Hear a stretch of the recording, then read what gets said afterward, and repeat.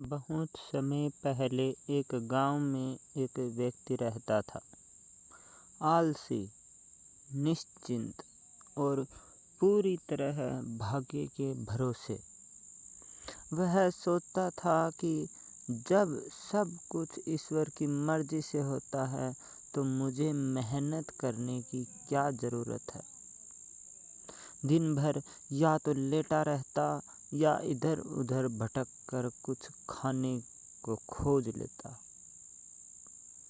एक दिन यूं ही वह जंगल की ओर निकल गया।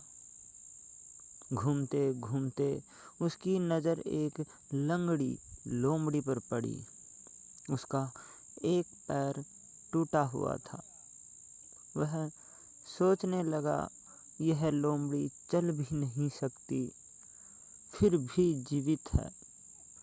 कोई तो इसे खा नहीं गया और किसी तरह इसका पेट भी भर जाता है। आखिर ऐसा कैसे संभव है? जिज्ञासावश वह छिपकर लोमड़ी को देखने लगा। तभी पास ही शेर की गर्जना हुई।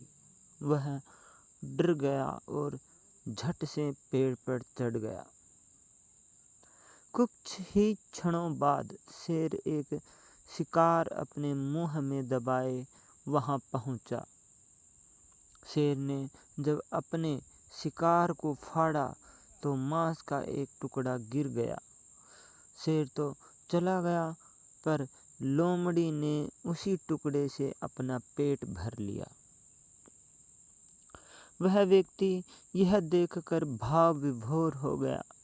उसके मन में विचार आया, वाह, ईश्वर कितना दयालु है। जिस लोमड़ी का पैर टूटा हुआ है उसके लिए भी वह भोजन की व्यवस्था करता है। तो क्या मैं उसका प्रिय भक्त होकर भूखा मर सकता हूँ? वह आनंद से भर उठा और घर लौट आया। उसने निश्चय किया कि अब मैं कोई काम नहीं करूँगा। जैसे लोमड़ी के लिए भगवान ने भोजन भेजा, वैसे ही मेरे लिए भी भेज देगा। दिन बीतते गए। पहला दिन, दूसरा दिन, तीसरा दिन। न कुछ खाने को मिला, न कोई सहायता आई।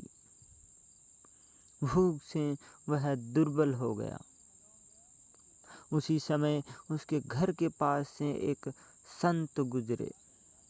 वह दौड़कर उनके चरणों में गिर पड़ा और सारी बात बताई। संत मुस्कुराए।